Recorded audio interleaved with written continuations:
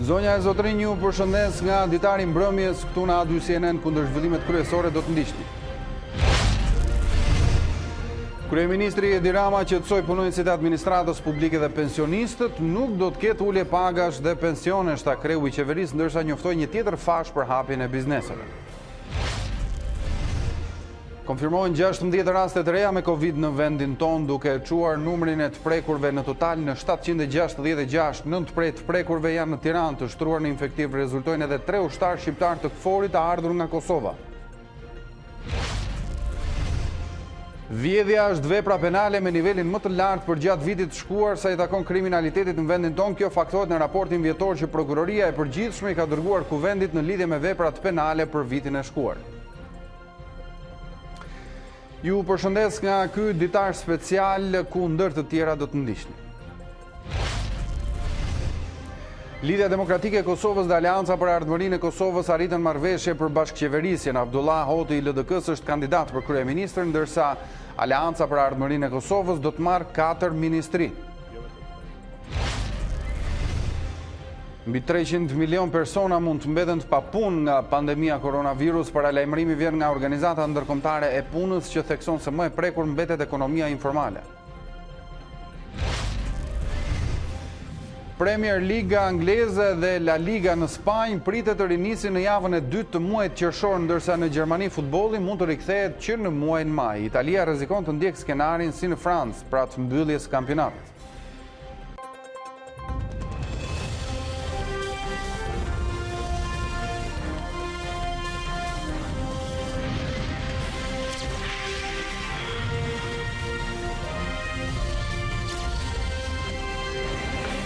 Kryeministri Edi Rama gjatë komunikimit në Facebook me qytetarët siguroi se nuk do të ketë ulje të pensioneve dhe rrogave për asnjë arsye. Sipas shefit të qeverisë, deri ditën e premte, ndërkohë do të vendoset për zonat e reja të gjelbra ku qytetarët do të kenë më shumë mundësi lëvizje. Kryeministri tha se po shqyrtohet edhe hapja e bizneseve të tjera, siç janë ato të parukerive, berberëve apo dentistëve, gjithmonë me rregulla strikte sigurie.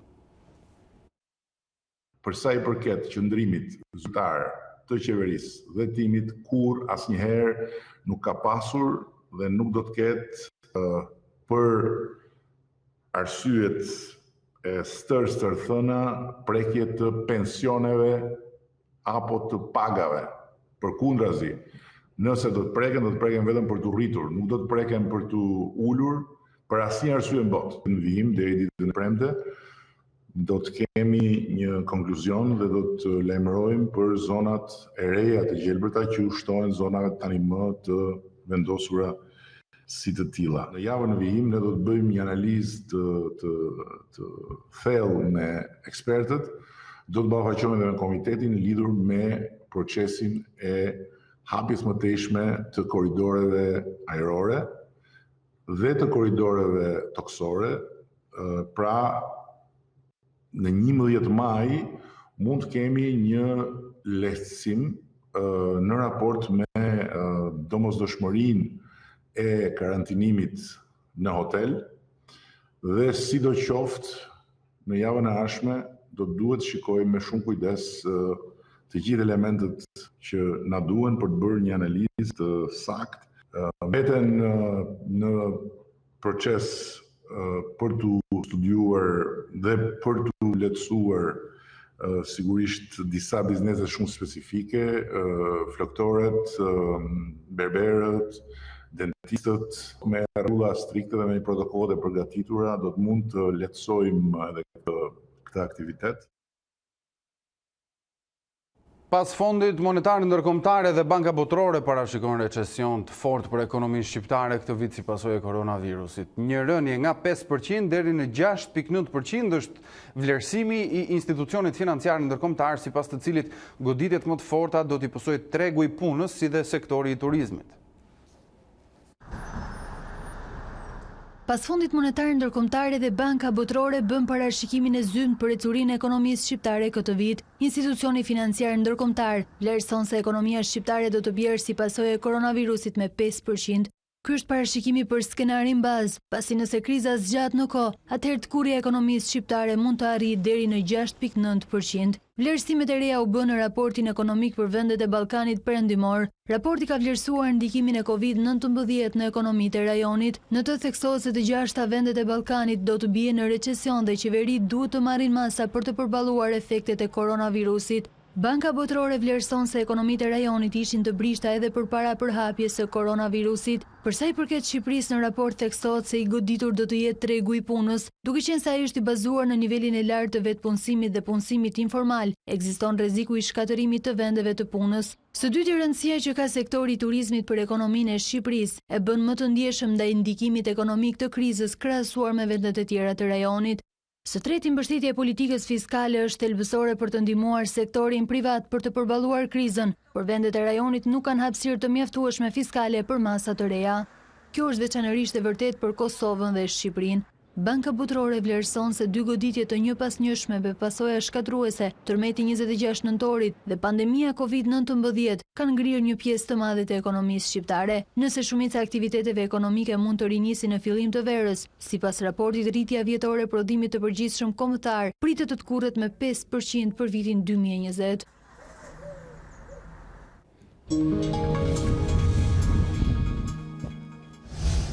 16 raste të reja me koronavirus u raportuan në Shqipëri. Tirana ka numrin më të lartë të prekurve, por edhe të infektuarve të rinj. Ndërkohë, në spitalin infektiv janë të shtruar edhe 3 ushtarë shqiptar të këforit të ardhur nga Kosova. Tirana dhe Kruja, 2 vatrat më të nxehta të koronavirusit, shtojnë numrin e të infektuarve. 16 raste të reja janë konfirmuar orët e fundit, duke e quar në 766 shifrën e të prekurve në vend.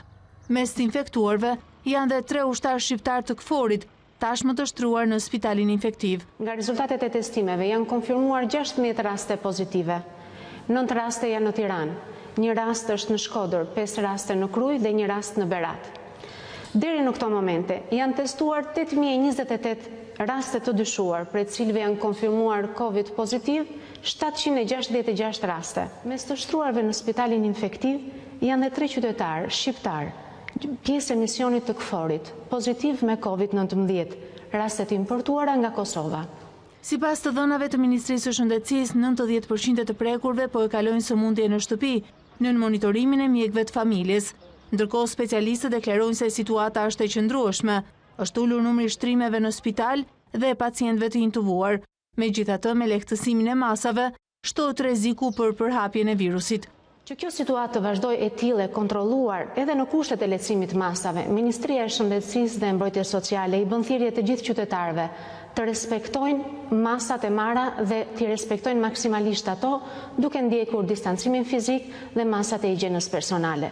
Këto masa duhet të respektohen dhe brenda rrethave familjare, duke mos kryer lëvizje tek njëri tjetri, maksimalisht duke eliminuar ato. Në javën e 8 të pandemisë së koronavirusit, është rritur numri personave të shëruar dhe atyre që kanë dalë nga spitali, ndërsa 30 persona kanë humbur jetën nga komplikacionet që ka shkaktuar Covid-19. Rrezet e diellit që ndihmojnë rritjen e imunitetit nuk duhet të mohohen qytetarëve. Kjo është këshilla e mjekëve pas izolimit të gjatë dhe rrezikut që na kanoset nga Covid-19. Marrja e vitaminës D është elementi kryesor që përfitojmë nga dielli, ndaj plani i qeverisë për pushimet verore nuk duhet vonojë. Dëshira e njerëzve për të dalë nga shtëpitë e tyre nuk ka të bëjë vetëm me mërzin, por ka edhe motive mjekësore. Mos ekspozimi ndaj rrezeve të diellit sjell mungesë të vitaminës D. Mjeku Tritan Sheu sugjeron lejimin e daljes në natyrë të qytetarëve, pasi ekspozimi në temperatura të larta ndihmon edhe në betejën ndaj Covid-19. Virusi në temperaturat e larta, në diell, në kontaktet me lagështirën, dobëson funksionet e aftësinë e tij, pra fillon të shkatërrohet, dhe kështu dobësohet epidemia. Nga ana tjetër, nëse do të dëgjosh BSH-n para 2 ditësh, ngritën diçka që mua më shqetëson shumë në vendin tonë, që kontaminimi do fillon të realizohet më fort, të bëhet më rrezikshëm në ambientet e mbyllura familjare që jetojnë në grupe të tilla siç ndodh në Shqipëri. Sheu thot se autoritetet duhet të përgatisin sa më parë rregullat që mundësojnë daljen e shqiptarëve nga shtëpitë. Duhet filluar të mendohet qartësisht që njerëzit të marrin sa më shumë kontakt me natyrën, me diellin, me ujin, veçanërisht ujin e detit, me hapësirat, të përgatisin urgjent menjëherë një protokoll të qartë, masash që duhet i ofrohen publikut. Ekspozimin e diellit është më i nevojshëm tek fëmijët. Në fashat e lejuara të orareve, siç ka ndodhur këta ditë, mund të ekspozojmë fëmijët jashtë në ambiente jo të populluara, të zgjedhin më të mirën për fëmijën. Por çfarë efekte sjell tek të vegjëlit mungesa e vitaminës D? Si probleme të mungesës së vitaminës D kemi kryesisht në zhvillimin e fëmijëve, sidomos tek pjesa e kockave, që është smundja e rakitit, që është shumë e rrallë sot. Mjekes Meralda Skuga rekomandon edhe ushqimet që janë të pasura me vitaminë D. Kryesisht ushqimet që janë të pasura me vitaminë D, kemi të gjithë qumshti, bulmeti, vezët, mishi dhe të gjitha zarzavatet e ndryshme që mund të marrin dozat ndryshme fëmijët. Në vendin tonë u raportuan sot 16 raste të reja me COVID-19 pas testimeve të 24 orëve të fundit. Në nisje të kësaj jave hynë në fuqi ndërkohë masat e lehtësuara për lëvizjen e qytetarëve dhe zhvillimin e disa aktiviteteve tregtare. Vendi ynë po ecën në javën e 8 që prej raportimit të personave të parë me koronavirus, me 766 infektuar dhe 30 jetë të humbura. Në javët e ardhshme me gjas pritet një ndërhyrje tjetër në masat kufizuese, por kjo do të vendoset sipas rezultateve që do të sjellin këto ditë kur ka pak më shumë liri. Doktor Arben Gjata ka qenë me ne disa herë në komunikime gjatë kësaj situate dhe do të shfrytëzojmë edhe sot praninë e tij për të kuptuar më mirë se çfarë ecurie ka Shqipëria në këtë pandemi globale. Doktor, mirëmbrëma, faleminderit që jeni me ne. Mirëmbrëma. Jemi në javën e 8 pandemisë në vendin tonë. Prej kësaj jave ndërkohë kanë hyrë në fuqi edhe disa lehtësime sa i takon lëvizjes qytetarëve. Çfarë është vënë re sipas jush? Po është një gjendje stabilizuar ku të dhënat janë të mira, aq më tepër kjo duket më tepër se nga numri i prekurve, nga kapacitetet spitalore, për numri shumë i ulët i pacientëve të shtruar, dhe ajo që shumë epidemiologë në botë e konsiderojnë të rëndësishme është numri i pacientëve në terapi intensive, ku numri i tyre është i ulët, pra tregojnë që këto masa që janë marrë gjithë tani kanë influencuar në sheshimin e kurbës dhe në kontrollin e epidemisë. Pra Shqipëria ka pasur mundësi që në ato kapacitete spitalore që ka ta përballoj shfaqjen e epidemisë, ishte natyrshme të merreshin masa graduale të hapjes. Kjo hapje e këtyre masave në të gjithë botën është duke ndjekur i kalendar.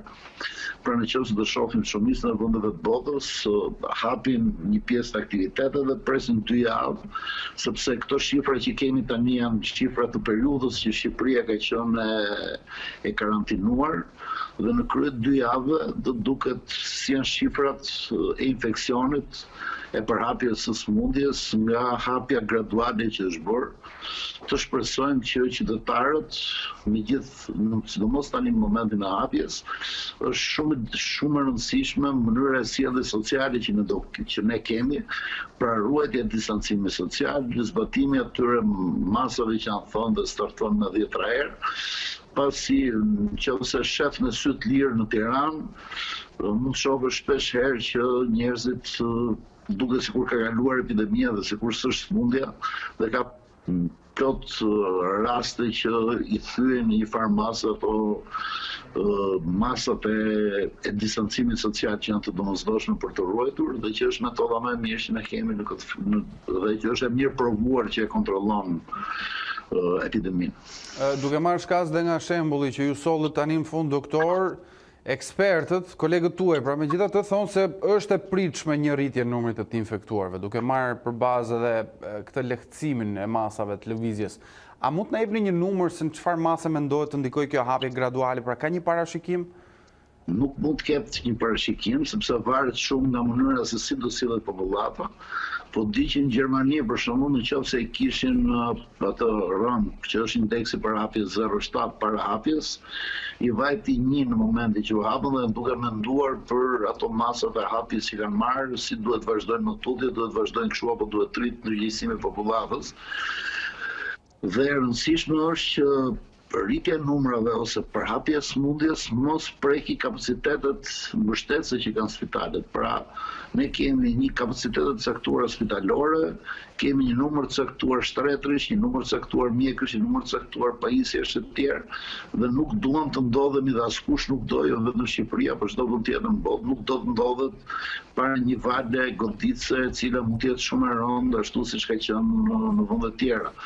Të shpresojmë që qytetarët dhe jenë të ndërgjegjësuar dhe të shpresojmë sepse të gjitha kemi të domosdoshme që të hapet ekonomia, të lëvizin njerëzit, të tërhiqet gradualisht dhe të dalin komplet nga kjo periudhë e rrezikshme, po kjo duhet shoqërohet patjetër me një mënyrë tjetër sjellje shoqërore, me zbatimin e disa rregullave të tjera, të cilat janë çik të vështira, sidomos për ne që jemi popull mesdhetar. Për shkak të kulturës që kemi ne si popull.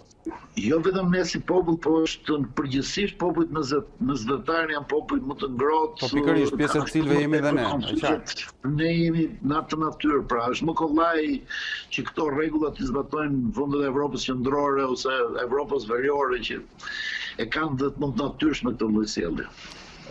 Doktor, nëse kurba që paraqet Shqipëria deri më tani ka ardhur si pasojë e masave të marra, çfarë do të ndodhë në vijim? Pra, duke marrë parasysh këtë hapje graduale për cilën po flasim bashkë, çfarë do t'i shkaktojë kjo sistemit ton shëndetësor, sepse nga të gjithë treguesit që bashkë po përmendim, besoj do të ketë një rritje gjatë kësaj jave ose javës së ardhshme të infektuarve apo jo? Unë shpresoj që po të njëjtat element që na kanë ruajtur deri tani nga ajo vale e madhe goditse që ka qenë qoftë numri, ajo masa herët, marrja herët e masave për distancim social, qoftë popullata mosha më e re e popullatës që kemi ne, qoftë dhe elemente të tjerë të cilët më thënë drejtën nuk janë të gjitha përkëllësisht njohura, se kjo është një smundje që ka më shumë pa njohura se të njohura. Të shpresojmë që do mbetemi në shifra të përballueshme nga sistemi dhe unë besoj që ne duhet jemi shumë kujdesshëm që mos riskojmë që të kalojmë pragun e mbështetjes që ne mund t'i japim pacientëve. Megjithatë, përfshirë dhe ju dhe kolegët tuaj nga ato se çfarë kemi marrë si përgjigje, doktor, janë me tone pozitive dhe optimiste. Çfarë jep siguri? Çfarë ju jep siguri? Dhe nëse mund ta thoni çfarë për llogaritjesh kanë komitetin e ekspertëve? Atëherë unë nuk jam pjesë e komitetit të ekspertëve, unë jam pjesë e një task force që merret me burimet njerëzore, sepse nuk jam specialist i kësaj fushë dhe prandaj kam qenë shumë i rezervuar gjithmonë në ato mendimet që kam shprehur, por unë besoj që sipas të dhënave që ka, stabilizimi i situatës që duket keme dhe të shpresojmë që inshallah influencon në këtë rast, megjithëse s'ka studime përfundimtare, po ka mendime që dhe ngrohja e temperaturës e tjerë mundet të ndihmojnë në uljen e epidemisë. Dhe aq më tepër kjo periudhë që bë gati gati 2 muaj që na ka kapur, ne kemi hyrë në këtë epidemi dhe situata ka qenë e kontrolluar, se pavarësisht se ka pasur karantinim, po unë besoj që edhe element të thyrjes së karantinës ka pas në gjithë Shqipërinë, po deri tani kemi mbetur në shifra shumë të pranueshme. Le të shpresojmë që kjo situatë do vazhdojë dhe kemi të dalim sa më shpejt nga sepse kjo është dëshira dhe e gjithëve që dalim sa më shpejt nga kjo situatë. Doktor, do t'ju kërkoja mendimin për diçka që të paktën është dukur interesante gjatë ditës djeshme dhe ditës sotme në Itali. Janë raportuar raste të fëmijëve që janë infektuar, janë cilësuar dhe si të shëruar, por nga vëretimet e mjekëve kanë shfaqur sindromën me emrin Kawasaki. Mund të na shpjegoni se çfarë komplikacioni është ky dhe nëse ka patur raste të tilla në Shqipëri? Pra bëhet fjalë për një tkurrje të enëve të gjakut. Në Shqipëri nuk ka patur prekje të gjërë të fëmijët, ka pasur shumë pak raste dhe nuk ka pasur fenomene të ngjashme me Kawasakin.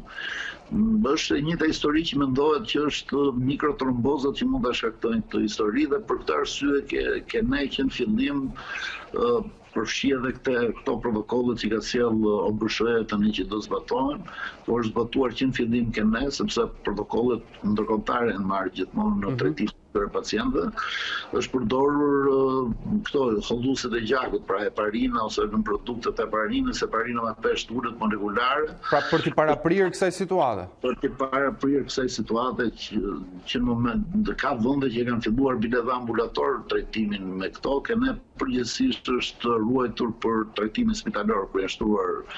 Kurse rastet për fëmijët kanë qenë shumë pakta, dhe nuk është se s'ka pasur raste dhe fëmijësh, dhe përgjithsisht nuk kanë pas nevojë për shtrim spital, por kanë qenë fëmijë që i kanë janë zgjedhur duke u ndjekur dhe duke u karantinuar, duke ndëjtur në shtëpi. Pak më herët një informacion një e dhënë e sjell nga kryeministri, flet se nuk kemi asnjë pacient në respirator për momentin. Është hera e parë që ndodh kjo në gjithë këtë situatë dhe çfarë treguesi është në krahasim me ecurinë e pandemisë në vende të tjera? Po, kjo është treguesi numrit të ulët të pacientëve që ne kemi në spital, pra, dhe është shenjë e mirë që ne nuk kemi të intubuar, sepse të intubuarit fatkeqësisht në pjesën më të madhe nuk kanë përfundime të mira, pra nuk po flasim vetëm për rastet tona, por po flasim për rastet në gjithë botën, sidomos moshat e vjetra, shanset e mbijetesës të intubuarve janë shumë të ulta. Është shenjë e mirë ajo, por s'do me thënë që mund mos kemi nesër të intubuar.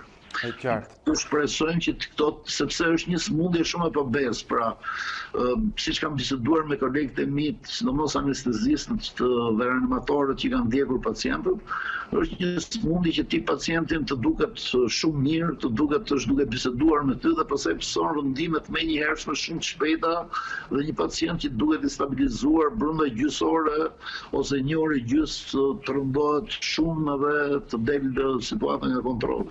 Është shumë e pabes, më të drejtë. Ndërkohë, gjatë ditëve të fundit është konfirmuar nisja e punës për spitalin COVID-3, apo jo, që janë vënë dispozicion... Spitali COVID, pra ka qenë ish spitali kirurgjikal, kjo është menduar, pra aty ku kemi punuar ne deri në janar, pra në janar ne kaluam kirurgjit, kaluam ke godina e re, dhe ishte parashikuar që të prishe godin, kishte projekt që sultoja, fatmirësisht nuk u prish dhe u bën disa rregullime sepse ishte shumë e thjeshtë, ishte shumë e thjeshtë, kërkonte pak investime, pasi aty kishte linja oksigjenit shtruar se ka qenë kirurgji dhe është bërë i gatshëm për të pritur pacient. Kush do të angazhohet aty, doktor? Urdhëro? Kush do të angazhohet? Do të jenë mjek dhe infermier vullnetar? Jo, do jenë mjek dhe infermier të spitalit nëse do jetë nevojshme. Do jetë aktualisht është vetëm godin e cila nuk pret pacient, por mund nëse do jetë nevojshme do përdoret ajo, do përdoret me mjek dhe infermier të spitalit. Aty është parashikuar që një kat mund të përdoret nëse do rëndojë situata, mund përdoret për pacientë konvalescent që kanë kaluar riskun e madh dhe mund të rinin aty sepse në ndjekja për ta kërkon shumë pak personel. Ndërsa katet e tjera ishin parashikuar që ish urologjia të kthej kryesisht për këta që do kishin nevojë për terapi me oksigjen, pa respirator, pa mbështetje me respirator, ndërsa ish sallat e operacionit lartë dhe ish klinika tretë që kanë edhe ambiente më të përshtatshme, të ktheheshin në ambiente që mund të trajtoheshin pacientët dhe me mbështetje terapie me respirator, pra jo vetëm me oksigjen thjesht me presion të lartë. Pra është një hap tjetër i cili duhet mbajtur, është një godinë e cila duhet mbajtur, sepse në vërtet jemi të shpresojmë që jemi duke dalë nga kjo epidemi, por nuk ka askush garanci që kjo epidemi nuk mund të rikthehet vjeshtën e ardhshme ose në dimrin e ardhshëm dhe të kemi atë pleksjen shumë të rrezikshme që është gripi sinor plus Covid, gjë që mund ta riskonte shumë situatën epidemiologjike dhe shëndetin e qytetarëve. Doktor, nuk duhet të prekim debatin e testimeve, por megjithatë të gjitha shifrat, të paktën në pamje të parë nga ato çfarë raportohen duket sikur janë maja e icebergut.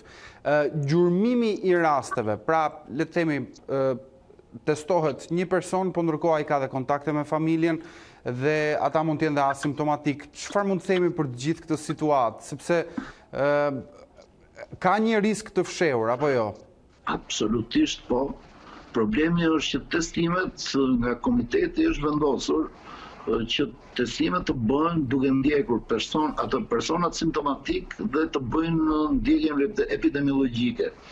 Ju e keni vënë re që dhe rritja e numrave është diçka e bërë publike po ta shihni, që rritja e numrave ka qenë ku janë zbuluar vata të reja epidemiologjike të prekur nga Covidi. Pra në momentin që u zbulua një vatër ose një person i cili ishte i prekur nga Covidi në Krujë, brenda 2-3 ditëve u rritën numrat, sepse u bë kontrolli i gjithë personave të kontakte dhe ata që ishin vënë në qendrën në ndërmarrje ku ata kishin punuar dhe u rrit për një herë numri, ndërsa në zona të tjera të Shqipërisë numri ishte i ulët. Pra kjo është mënyra e ndjekjes epidemiologjike dhe me thënë drejtën është për të përshëndetur sidomos ata epidemiologët e Tarenit, të cilët bëjnë këtë hetim epidemiologjik dhe shkojnë shtëpi më shtëpi, familje në familje duke rrezikuar veten dhe duke marrë tamponat. Pastaj se sa është numri tamponave, unë besoj që do filloj edhe është duke filluar, sidomos në QSOT ka filluar vlerësimi serologjik, sidomos i grupeve të rrezikut që janë, do fillojmë me personelin mjekësor dhe do vazhdojmë me pjesën tjetër të personave. A kanë përfunduar testet serologjike, doktor? U tha se do të niste me 1000 të tilla. Kanë dalë rezultate? Jo, kanë filluar, po shpejt akoma, domethënë sepse nuk kanë numra, ka filluar vlerësimi i QSOT-s, po i stafit mjekësor dhe infermieror të QSOT-s, ka filluar. Ju jeni testuar, doktor, gjata? Jo, nuk jam testuar, si s'na ka ardhur rast akoma, nuk na ka ardhur akoma rava në si shërbim. Pra bëhet një listë, çdo shërbimi që çon listën e personelit aty dhe sipas një grafiku gjithë të shkojnë të marrin gjakun për të bërë testimin serologjik, por duhet kemi parasysh që edhe testimi serologjik ka rezervat e veta, pra nuk është se është plotësisht i besueshëm, edhe ai ka ca disa koeficient besueshmërie, pra nëse flasim për tamponi në rastet më të mira besueshmëria është 70% që tamponi parë, por edhe përsëriten kur ka dhëna klinike 2 deri në 3 herë. Bile ka shumë studime që thonë duhet vlerësuar klinika, tamponi dhe imazheria për të vendosur diagnozën e Covidit. Pra ka raste pacientësh që mund të rezultojnë me tampon negativ, por nëse klinika, pra të dhënat e sëmundjes shkojnë për Covid dhe dhënat imazherike shkojnë për Covid, pavarësisht se trajtimi, pavarësisht se tamponi është negativ, duhet konsideruar dhe duhet ndjekur si raste Covid, megjithëse janë të konfirmuar me tampon. E njëjta histori është për serologjinë, nuk është që jemi 100% sigurt. Sot diskutohet ajo pasaporta, se po diskutohet gjatë për pasaporta e shëndetit. Pasaporta shëndetit, shumica e ekspertëve, përfshirë dhe OBSH-n, nuk janë dakord që testimi, domethënë prania e imunoglobulinave mund të shoqërohet me dhënien e një pasaporte shëndeti, pasi jemi akoma një sëmundje me shumë panjohura kur akoma nuk e dim siguron imunitet, sa zgjat ky imunitet, është imuniteti që ndryshëm apo është imuniteti përkohshëm. Besoj që pa u zbuluar dhe u siguruar për efektshmërinë e vaksinës, do jetë vështirë dalim, duhet bashkëjetojmë një kohë gjatë me këtë epidemi. Ndërkohë, sot janë publikuar dhe informacione sa i takon 3 antarëve të ushtrisë shqiptare që shërbenin për KFOR-in të ardhur nga Kosova. Çfarë informacione ka për ata, doktor? Në fund drejtën nuk kam informacione direkte për ata. E di që ka pasur 3 raste nga këta, është normale aty në Kosovë janë, edhe në Kosovë ka epidemisë në Shqipëri, mund të ishin smurë dhe në Shqipëri, s'është në një, sidomos duke qenë që qoftë forcat e ushtrisë, qoftë forcat e policisë kanë qenë në teren për të mbështetur ruajtjen e këtyre masave të karantinimit e tjerë, është e mundshme që çdo njeri përfshirë ata të preken nga Covidi. aq më tepër kur flen, sidomos kur flen bashkë, siç qëndrojnë kur janë këto që janë jashtë vendit, që zakonisht flenë për kazerma e tjerë, është risku, mjafton njëri nga ata të marrë. Nuk të merren të gjithë. Doktor Arben Gjata, unë ju falenderoj për këtë komunikim. Faleminderit juve. Jemi sërish në transmetim të drejt për drejt në ditarin special kushtuar koronavirusit në vendin tonë, por jo vetëm, do të flasim më tej për zhvillimet të tjera. Kreu i Këshillit të Emërimeve në Drejtësi Ardian Dvorani nuk i ka dhënë mendim KLG-s në lidhje me përfundimin e mandatit të tij. Përmes një shkrese zyrtare, ai i ka kërkuar këtij institucioni më shumë kohë për përgatitjen e qëndrimit të tij. Këshilli Lartë Gjyqësor i kërkoi mendim Dvoranit për shkak të letrës së dërguar nga presidenti i Republikës Ilir Meta, ku kërkohej ndërprerja e mandatit të tij si gjyqtar i lartë dhe si drejtuesi KED-s. Sipas kreut të shtetit, mandati i Dvoranit kishte përfunduar në momentin që në gjykatën e lartë ishin emëruar 3 anëtarë të rinj. Prej disa muajsh, kreu i shtetit është përfshirë në një konflikt me KED-n, që kulmoi me një kallëzim penal të Ilir Metës drejt Dvoranit, kallëzim që po hetohet nga Spaku.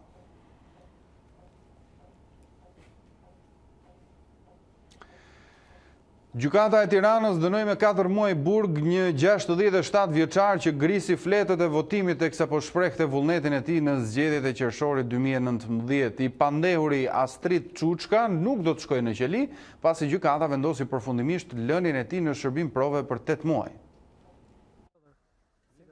Gjykata e Tiranës ka përfunduar gjykimin për një 67 vjeçar që grisi fletën e votimit në mënyrë demonstrative teksa po votonte për zgjedhjet e 30 qershorit 2019. I pandehuri Astrid Çuçka u shpalli fajshëm për akuzën e dëmtimit të materialeve zgjedhore. Ai u dënua me 4 muaj burg, por përfundimisht gjykata pezulloi dënimin me burg duke lënë 8 muaj në shërbim prove, kohë gjatë së cilës i pandehuri nuk duhet të kryej asnjë vepër penale. Sipas vendimit të gjykatës, episodi për të cilin u fajsua 67 vjeçari është regjistruar në qendrën e votimit pranë shkollës Hillary Clinton në Kamës. Pasi kishte dështuar një herë të votonte për shkak se nuk kishte me vete mjetin e identifikimit, i pandehuri është rikthyer një orë më vonë në qendrën e votimit. Ai ka marrë nga komisioni 2 fletët e votimit, por në vend që të shprehte vullnetin, i ka grisur ato në mënyrë demonstrative, si edhe ka tentuar të marrë vulet e komisionerëve. Veprimet e tij janë shoqëruar me fyerja në drejtim të tyre dhe thirrjet poshtë komunizmi. Sipas gjykatës, gjatë hetimit dhe gjykimit, Çuçka ka shfaqur pendes për veprimet e kryera. Gjyqtarja e apelit Fatmira Hajdari nuk do të gjykojë ankimin e prokurorisë për pushimin e një hetimi të nisur ndaj kryeopozitarit Lulzim Basha. Gjykata e apelit pranoi kërkesën e gjyqtares Hajdari për të hequr dorë nga çështja, për të mos u paragjykuar për shkak të njohjes personale me kreun e Partisë Demokratike dhe se ka pritur në shtëpinë për kujtimoren e bashkëshortit të saj të ndjera, Zem Hajdarit. Pas rihedhjes në short të dosjes në vend të antares Hajdari u përzgjodh gjyqtari Shkëlqim Mustafa.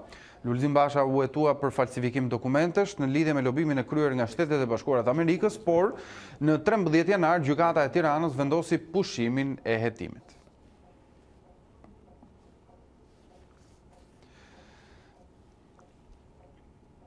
Pavarësisht pandemisë, institucionet vijojnë të respektojnë afatet kohore të komunikimit dhe detyrimeve midis tyre. Prokuroria publikoi raportin e dërguar në kuvend ku përcillen të gjithë treguesit e krimit për 2019. Me raportin në fjalë është njohur kolegja Elona Gjylmi, e cila do të na sjellë më shumë detaje tani në një lidhje të drejtë për drejtë. Elona, mirëmbrëma, përshëndes. Atëherë, çfarë krimi kanë kryer më shumë shqiptarët gjatë 2019-s? Mbi 30% e veprave penale janë ato të vjedhjeve që janë kryer në Shqipëri gjatë 2019-s dhe kryesisht janë kryer nga burrat, të cilët zejnë mbi 95% të numrit të pandehurve që prokuroria referon në raportin e saj dërguar Kuvendit të Republikës së Shqipërisë. Ajo që vihet re është se Vlora kryeson si qarku më problematik, ndërsa Dibranët janë qytetarët më të thjeshtë dhe më të qetë me sa duket, pasi kriminaliteti në këtë qark është më i ulti në të gjithë Republikën e Shqipërisë. Dibra paraqitet si qarku më pozitiv, apo jo? Çfarë treguesish ka në raport? Përveç këtyre qarqeve, Arlind, ajo që vihet re është se numri procedimeve penale të regjistruara ndonjëherë në Republikën e Shqipërisë, pra kriminaliteti i regjistruar nga prokuroria është më i ulti që nga viti 2015. Ai 2019 është më i ulti. Por ajo që vlen të theksohet është gjithashtu fakti që shumë pak çështje janë përfunduar dhe shumë pak të tjera kanë kaluar në gjykatë. Vjedhja ka qenë krimi që kanë kryer më shpesh shqiptarët gjatë 2019-s. 31% e të gjithë gamës së veprave penale të regjistruara gjatë vitit kaluar nga prokurorët. Olsi Çela i ka dërguar kuvendit raportin vjetor të punës së organit të akuzës, edhe pse u zgjodh vetëm në dhjetor të 2019 si kryeprokuror. Gjatë 12 muajve të shkuar, sipas raportit të publikuar në faqen e kuvendit, prokurorët kanë kërkuar më shumë dënime me burg se një vit më parë, pavarësisht se numri i çështjeve të përfunduara është ulur me 7.49%. Uli ka pësuar dhe numri i atyre të dërguara në gjykat. Sipas statistikave, vjet re, ulja më e madhe e procedimeve penale të regjistruara që nga 2019. Vlora rezulton qarku me kriminalitetin më të lartë, 1160 krime për 100.000 banor, ndërsa Dibra me numrin më të ulët, 577 krime për 100.000 banor. Përgjimi i telekomunikacionit është aplikuar gjërësisht gjatë vitit të shkuar. Janë përgjuar mbi 5.000 persona dhe janë arrestuar 713 ndërta, kryesisht për trafik narkotikësh dhe korrupsion. Gjatë vitit 2019 janë ekzekutuar gjithsej 2714 vendime për përgjim, të autorizuara nga gjykata në hetimet paraprake, aplikuar në lidhje me 717 procedime penale. Nga këto 141 procedime penale kanë qenë në kuadër të hetimeve të prokurorisë për krime të rënda. Përsa më sipër është mundësuar interceptimi për 5574 persona të dyshuar si të përfshirë në vepra penale. 95% të pandeurve kanë qenë burra, mbi 67% e tyre të papunë. 4 procedime janë regjistruar për korrupsion të zyrtarëve të lartë dhe të zgjedhurve vendor gjatë vitit të kaluar. Elona, ky raport i përket besoj periudhës fundit, pra përfundimit mandatit të ish kryeprokurores Arta Marku, apo jo? Është e vërtet, Arlind, zonja Marku la detyrën si prokurore e përgjithshme përkohshme në dhjetor të 2019-s dhe zoti Çela e mori atë post pikërisht në një seancë plenare mjaft të qetë ku mungonte opozita që zgjodhi dhe që kundërshtoi zonjën Markus dhe zgjedhjen e zonjës Marku. Por në kuvend ka mbritur dhe një tjetër raport, ai Inspektoratit të Lartë të Deklarimit dhe Kontrollit të Pasurive, ku theksohet se janë gjobitur me rreth 54 zyrtar të lartë, por nuk tregohet se cilës kategori i përkasin, nëse janë politikan apo zyrtar të tjerë të niveleve më të ulta në administratën shtetërore. Ajo që vjet re në raport është dhe fakti se kërkohet ndryshimi dhe ndërhyrja në ligjin për bilbilfryrësit, që janë personat paguar brenda ndërmarrjeve private apo dhe atyre shtetërore dhe që sinjalizojnë rastet e korrupsionit. Sipas raportit të zotit Ganaj, ka nevojë ligji të ndryshohet pasi nuk mbrohen pikërisht këta dëshmitarë, siç ka ndodhur në raste të caktuara ku një person ka kërkuar mbrojtje për shkak të hakmarrjes. Pra, kërkohet një përforcim i ligjit, pra, sipas kësaj të fundit që përmendet ti, Elona, pra ndryshimi që kërkohet? Po, bëhet fjalë për ndryshim, sipas asaj që kërkon zoti Ganaj, por kujtojmë që kjo është një nga kërkesat e kryeministrit Rama për biznesit dhe për punonjësit që punojnë në të zezë, sipas kryeministrit duhet të denoncojnë pikërisht punëdhënësit e tyre që nuk i kanë siguruar. Dhe fakti që nuk ka mbrojtje për këta persona që sinjalizojnë diçka të tillë korruptive dhe abuzive, sipas zotit Ganaj kërkohet ndryshimi i ligjit dhe na bën të mendojmë se ndoshta nuk do të jetë dhe aq e suksesshme thirrja e kryeministit Rama pikërisht për këtë denoncim. Elona Gjulmi, unë falenderoj për këtë raportim dhe detajet që përcolle. Kuvendi i Shqipërisë do të mbledhet 2 herë gjatë muajit maj. Konferenca e kryetarëve mbledhur online përcaktoi se deputetët do të mblidhen në seancë plenare në datat 14 dhe 21 maj. Seancat plenare do të zhvillohen duke zbatuar rregullat dhe standardet për mbrojtjen nga Covid-19. Kryeparlamentari Gramoz Ruçi ka kërkuar që komisionet parlamentare të jenë më dinamike me qëllim mbështetjen e institucioneve për masat që po merren në kuadër të përballimit të situatës nga Covid-19. Ruçi nënvizoi se prioriteti është dhënë masave kundër COVID-19. Pikërisht me këto prioritete do të punoj kuvendi edhe gjatë ditës së nesërme ku në seancën plenare ku pritet të miratohen ligji për ndryshimet në buxhet dhe falja e gjobave të vendosura gjatë periudhës së infeksionit të shkaktuar nga COVID-19.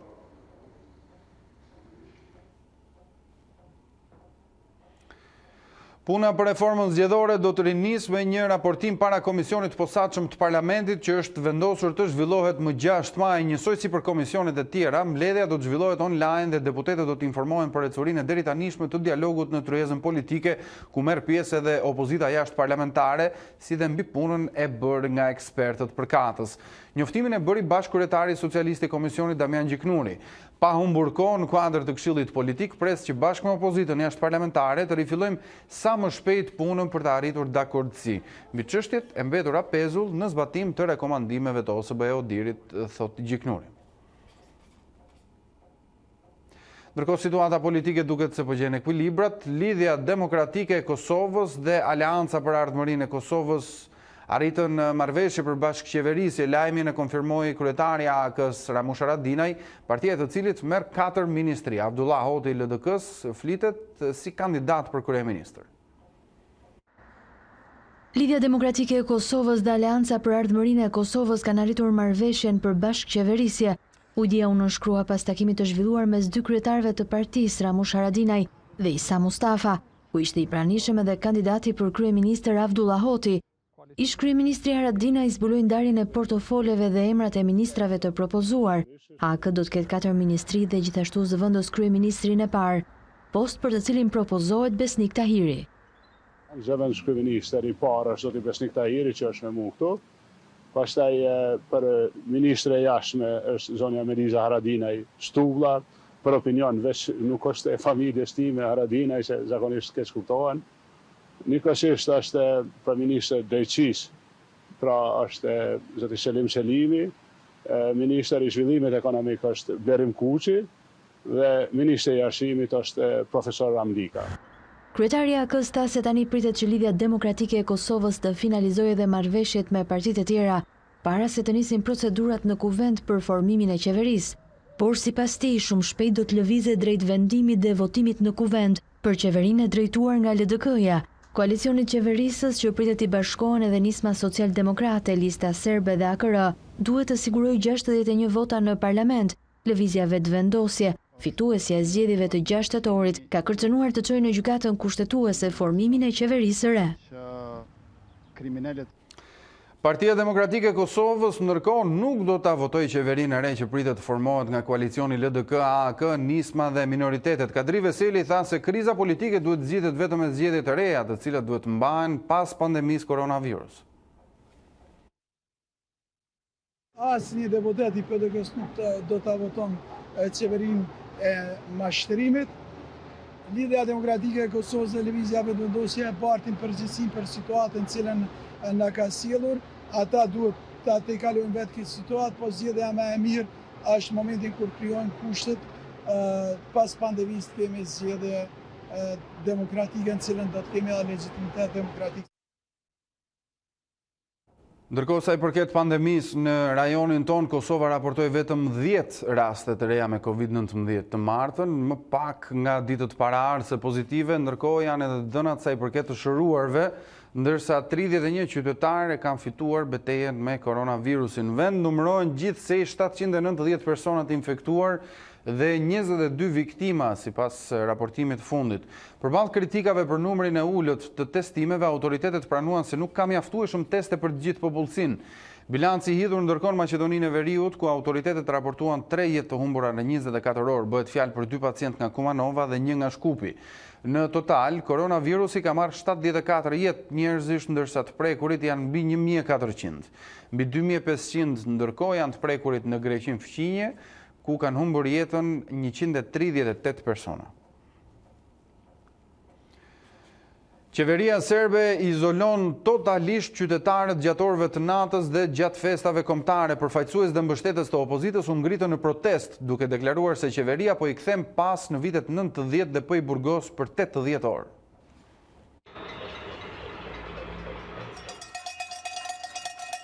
Mbështetësit e opozitës në Serbi protestuan nga banesat e tyre duke bërë zhurmë me tenxhere e tigan kundër masave shtrënguese të qeverisë për të frenuar përhapjen e koronavirusit. Protesta i ngjau atyre të viteve 96-97 kur qytetarët u ngritën ndaj vjedhjes së zgjedhjeve dhe Slobodan Miloševićit. Për të parandaluar përhapjen e virusit, qeveria e Aleksandr Vučić po aplikon disa masa shtrënguese që përfshin kufi të mbyllur, izolim total gjatë orëve të natës dhe gjatë ditëve të festave kombëtare.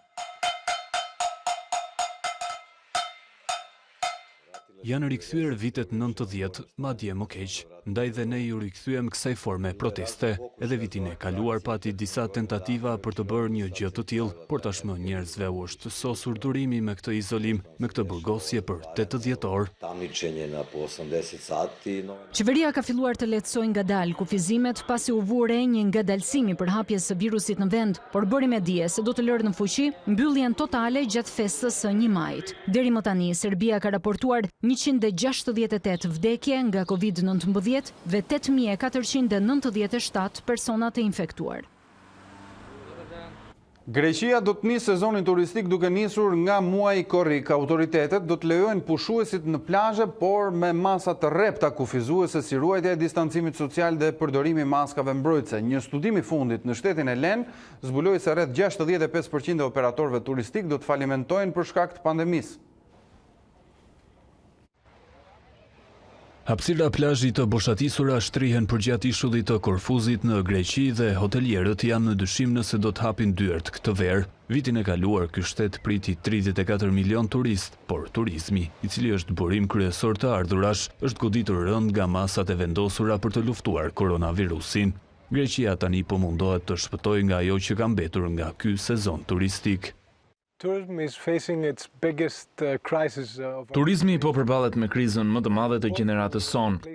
Korfuzi është një vend i cili varet vetëm në këtë burim të ardhurash. Trafiku ajror dhe detar është kufizuar ndjeshëm pas hyrjes në fuqi të izolimit me 23 mars.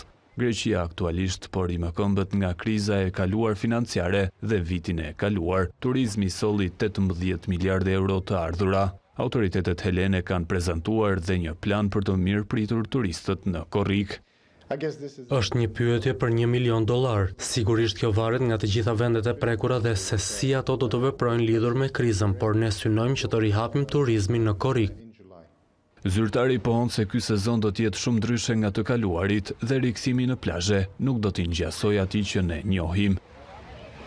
Pushuesit nuk do të mund të qëndrojnë në çadra pranë njëri tjetrit, duhet të respektojnë distancimin social, të dezinfektojnë shpesh duart dhe në raste të veçanta të përdorin maska mbrojtëse. Ekspertët po shqyrtojnë gjithashtu dhe pranimin e turistëve nga shtete që kanë më pak raste me koronavirus, ndërsa masa strikte do të vendosen në hotele, bare dhe pishina, zonat të cilat konsiderohen me rrezikshmëri të lartë për përhapjen e COVID-19, por izolimi nga pandemia ka nxjerrë një val anullimesh të prenotimeve. Për të frenuar këtë, qeveria greke aprovoi një ligj që lejon bizneset e turizmit të ofrojnë kupona të hapur 18 mujor në vend të rimbursimit të klientëve. Instituti Kërkimor Helen për turizmin parashikon në një studim se rreth 65% e operatorëve turistik do të falimentojnë këtë vit, ndërkohë Greqia nuk ka një situatë të rëndë nga pandemia koronavirus krahasuar me vendet e tjera evropiane dhe do të nisë rihapjen graduale të ekonomisë duke filluar nga 4 maji. Vazhdojnë ndërkohë polemikat në Itali për fazën e dytë, ku qytetarët do të bashkëjetojnë me pandemin koronavirus, po mendohet për një rihapje të diferencuar të rajoneve, ndërsa në 24 orët e fundit u shënuan më shumë persona të shëruar se sa raste të reja me COVID-19.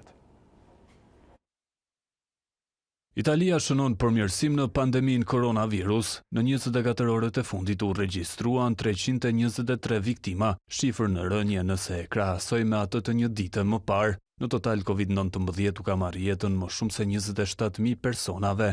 Në ditën e fundit, vendi i fqin raportoi më shumë pacient të shëruar se raste të reja. Është ulur sërish dhe numri i personave që trajtohen në terapi intensive. Në këtë shtet janë infektuar me koronavirus më tepër se 203.000 vetë, ndërsa shifrat shkojnë drejt përmirësimit, ende nuk janë shuar polemikat për mënyrat e veprimit në fazën e dytë të bashkëjetesës me pandemin. Autoritetet po mendojnë për rihapje të diferencuar mes rajoneve, në bazë të situatës që paraqesin lidhur me emergjencën COVID-19. Qeveria italiane nuk përjashton dhe mundësinë e rikthimit të izolimit total nëse rikthehen shifrat e frikshme të përhapjes apo viktimave ditore. Vazhdojnë polemikat edhe sa i përket maskave mbrojtëse. Tregtarët nuk pranojnë çmimin referencë prej 50 centësh dhe një kompani e madhe ka ndërprerë shitjen e tyre. Autoritetet tentojnë të qetësojnë situatën duke premtuar rimbursime dhe politika ekonomike lehtësuese. Sa i përket arsimit do të rifillojë në shtator, ndërsa provimet e këtij viti do të mbahen, siguroi Ministria Italiane e Arsimit. Edhe matura do të procedojë si normalisht, por duke respektuar masat e sigurisë, si përdorimi i maskave mbrojtëse dhe respektimi i distancimit social. Zhvillimi i provimeve të lirimit do të nisë nga 17 qershori. Më shumë se 300 milion persona rrezikojnë të mbesin të pa punë në 3 mujorin e dytë të këtij viti për shkak të pandemisë koronavirus. Paralajmërimi vjen nga Organizata Ndërkombëtare e Punës, që ka publikuar një raport. Punonjësit informal janë më të rrezikuarit. Koronavirusi vendos në rrezik 305 milion vende pune me kohë të plotë në të gjithë botën brenda 3 mujorit të dytë të këtij viti. Vlerësimi vjen nga Organizata Ndërkombëtare e Punës, sipas së cilës zgjatja e periudhës kohore të masave kufizuese ka përkeqësuar parashikimin e mëhershëm të humbjes së rreth 200 milion vendeve të punës. Ky organ i Kombeve të Bashkuara paralajmëron gjithashtu se pandemia rrezikon të shkatërrojë burimin e mbështetjes së jetës më shumë se 1.5 miliard personave në të gjithë planetin. Vendet e punës në informalitet janë më në rrezik, ku shumë prej tyre janë në sektorin e shitjes me pakicë, industrinë e prodhimit dhe shërbimin ushqimor. Ajo që ne gjejmë në raport në këtë monitorim është se kemi 2 miliard punëtor informal në botë, ku rreth 1.6 miliard kanë pësuar dëme masive në aftësinë e tyre për të fituar jetesën dhe për të mbështetur veten dhe familjet e tyre për shkak të krizës aktuale COVID-19.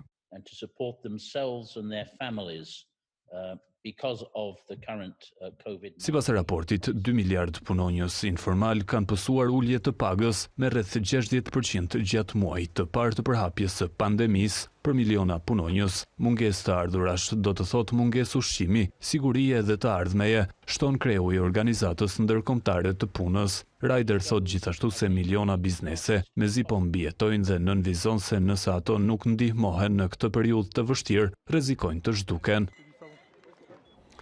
Organizatorët e çmimeve Oscar ndryshojnë rregullat e pjesëmarrjes. Me kinematë mbyllura për shkak të koronavirusit, pranohen në konkurrim filmat që janë transmetuar në platformat online. Organizatorët e festivalit të çmimeve Oscar deklaruan se në edicionin e vitit të ardhshëm do të pranohen edhe filmat të cilët janë transmetuar në platformat online, duke qenë se kinemat janë të mbyllura për shkak të koronavirusit. Më parë një film duhet të transmetohej në kinema për të paktën 7 ditë rresht në mënyrë që të kualifikohej si kandidat i mundshëm. Presidenti David Rubin dhe drejtori ekzekutiv Don Hudson deklaruan se ky është një ndryshim i përkohshëm i rregullave për shkak të pandemisë dhe se ata sigurisht që nuk heqin dorë nga transmetimi në kinema i filmave. Në mes të muajit mars, kinemat në Shtetet e Bashkuara mbyllën dyert duke bërë që të shtyhet për një kohë të pacaktuar premiera e shumë filmave të rinj. Përfaqësuesit e disa prej rrjeteve më të mëdha të kinemave në botë kanë deklaruar se nuk presin të rihapin aktivitetin të paktën deri në qershor apo korrik. Disa filma si ai Universal Pictures, Trolls World Tour u lançua direkt në platformat online të filmave. Universal deklaron se të njëjtin gjë do të bëjë edhe me disa prodhime të tjera, metodë që do të ndiqet nga Walt Disney dhe shumë kompani të tjera. Mirë, me këto informacione ne kemi mbritur në fund të kësaj pjese të parë të ditarit special kushtuar situatës, koronavirusit, pandemisë në vendin tonë dhe më gjerë. Ne do të shkëputemi për t'i dhënë kohën në emisionit A2 Business Week me kolegen Aurora Sulqe. Ne do të rikthehemi pas kësaj hapësire kushtuar biznesit. Nderuar shikues, rimarim sërish hapësirën televizive për të përcjellë informacione në pjesën e dytë të ditarit special kushtuar koronavirusit pas emisionit kushtuar biznesit me kolegen Aurora Sulqe. Do të nisim njëherë me zhvillimet kryesore të ditës pas deklaratës së socialistit Ilir Beqa, i kreu i qeverisë Edi Rama, qetësoi qytetarët duke garantuar se nuk do të ketë ulje të pensioneve dhe pagave. Kryeministri sqaroi se po përcaktohen edhe zonat e tjera të gjelbra, ndërsa pas datës 11 maj do të vendoset edhe për hapjen e të tjera bizneseve dhe të kufimeve. Aty ku bëhet edhe përballja. Kryeministri Edi Rama, duke e komunikuar me qytetarët në rrjetet sociale, i siguroi ata se nuk do të ketë ulje pensionesh dhe pagash, duke sqaruar kështu një prej shqetësimeve që është krijuar së fundmi. Asnjëherë nuk ka pasur dhe nuk do të ketë për arsyet e stërthëna prekje të pensioneve apo të pagave. Përkundrazi, nëse do të preken vetëm për të rritur. Ndërkaq, qeveria po shikon mundësinë e hapjes së zonave të tjera të gjelbra. Në 2 ditët në vijim deri ditën e premte do të kemi një konkluzion dhe do të lajmërojmë për zonat e reja të gjelbërta që ushtohen zonave tani më të vendosura si të tilla. Rama tha se pas datës 11 maj do të vendoset si për hapjen e pjesëshme të kufive, ashtu edhe për nisjen e aktiviteteve të bizneseve që vijojnë të jenë mbyllur. Pra, në 11 maj mund të kemi një lehtësim në raport me domosdoshmërinë e karantinimit në hotel.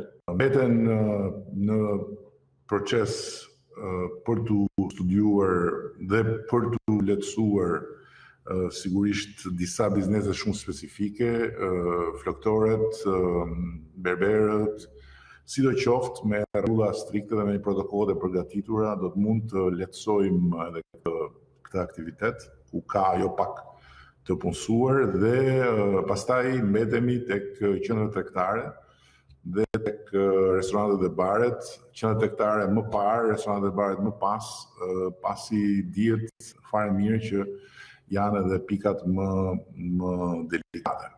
Për sa u përket pagave të luftës, Rama tha se 5.000 persona kanë pasur probleme për sa u përket aplikimeve, ndërsa theksoi se lejohen lëvizjet për shkaqe shëndetësore. Sipas tij, hapja do të jetë graduale.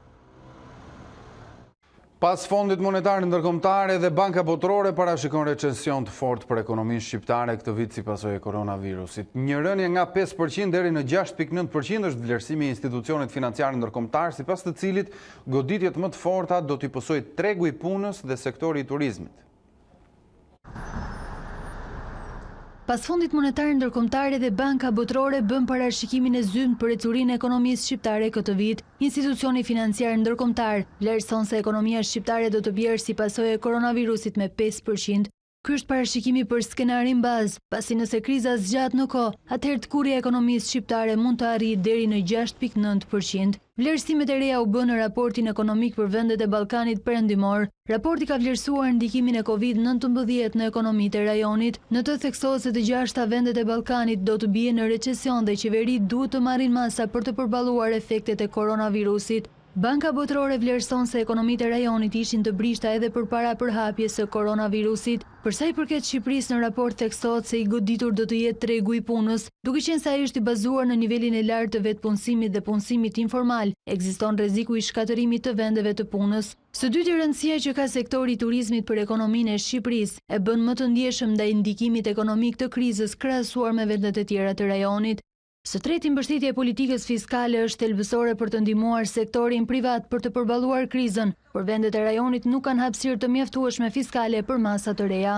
Kjo është veçanërisht e vërtet për Kosovën dhe Shqipërinë. Banka Botërore vlerëson se 2 goditje të njëpasnjëshme me pasoja shkatruese, tërmeti 26 nëntorit dhe pandemia Covid-19 kanë ngrirë një pjesë të madhe të ekonomisë shqiptare, nëse shumica e aktiviteteve ekonomike mund të rinisi në fillim të verës. Sipas raportit, rritja vjetore e prodhimit të përgjithshëm kombëtar pritet të kurret me 5% për vitin 2020.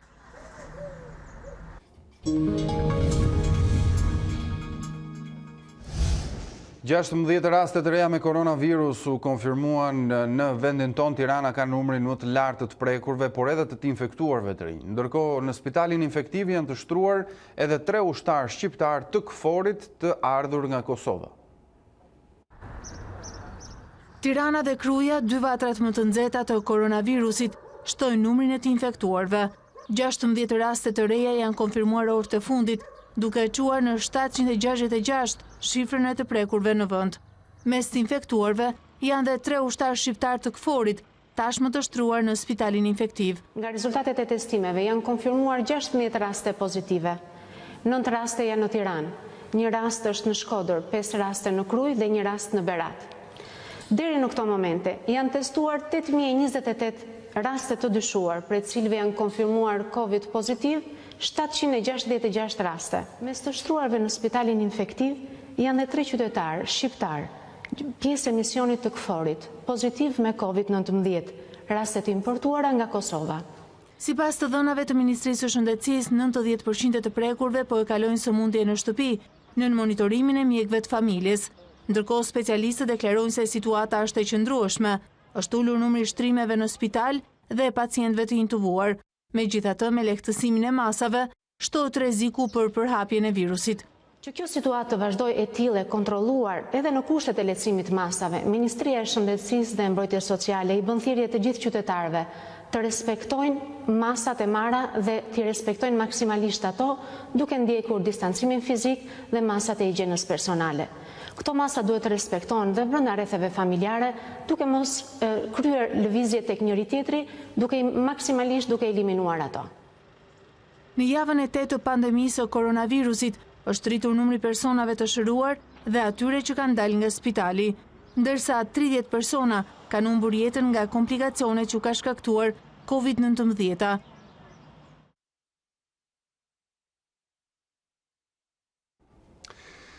Një ditë më parë, A2 CNN njoftoi për një reportazh brenda spitalit COVID-19. Nuk ishte absolutisht një blof dhe as një manovër për të tërhequr vëmendje, por ishte vetëm raportimi një detyre të pastër dhe profesionale.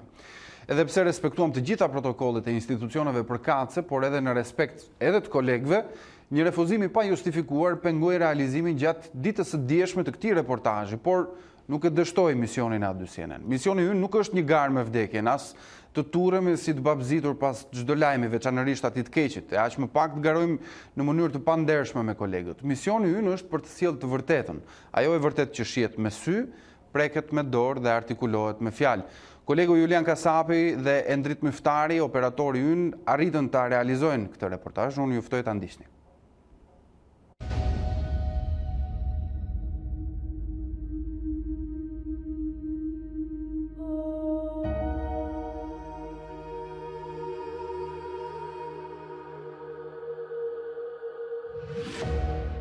Frika që na ka mbërthyer të gjithëve këto ditë është e madhe, disa strukur në shtëpitë tona, ndërsa të tjerë në përballje me këtë të keqe. Pikërisht atje nga vija e frontit, duke kaluar të gjithë kufinë për të prekur një tjetër realitet, gazetari Julian Kasapi dhe operatori Endrit Myftari u zhytën në misterin e asaj që sot e quajmë COVID-19. U bën pjesë e heshtjes së korridoreve që dikur gëlonin me familjarët e atyre që lëngonin në shtrat, por korridoret këtë herë janë bosh. Edhe dyert janë të mbyllura. Madje nëse njëra prej tyre është lënë hapur, tensioni bëhet edhe më i madh.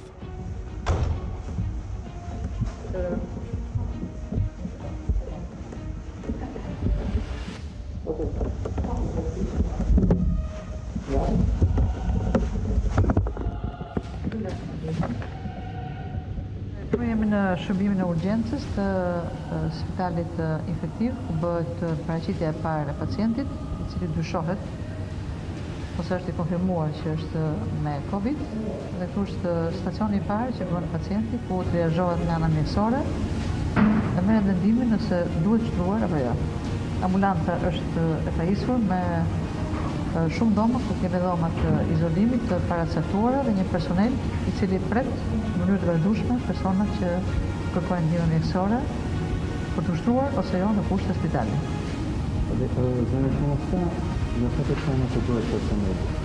Personeli i urgjencës apo në përgjithësi? Atëherë, ne kemi një personel shumë të shtruar dhe aktualisht nuk mund të flasim dot për një shifër të saktë, për arsye se numri i personelit evoluon shtohet. Sigurisht numri i mjekëve është stabil.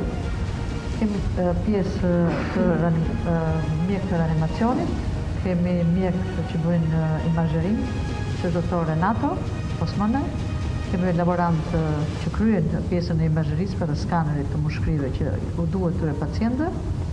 Natyrisht personeli infermier, sanitar që është në kapacitet të mjaftueshëm për të përballuar një fluks të lartë personash që mund të shtrohen në shërbimin infektiv.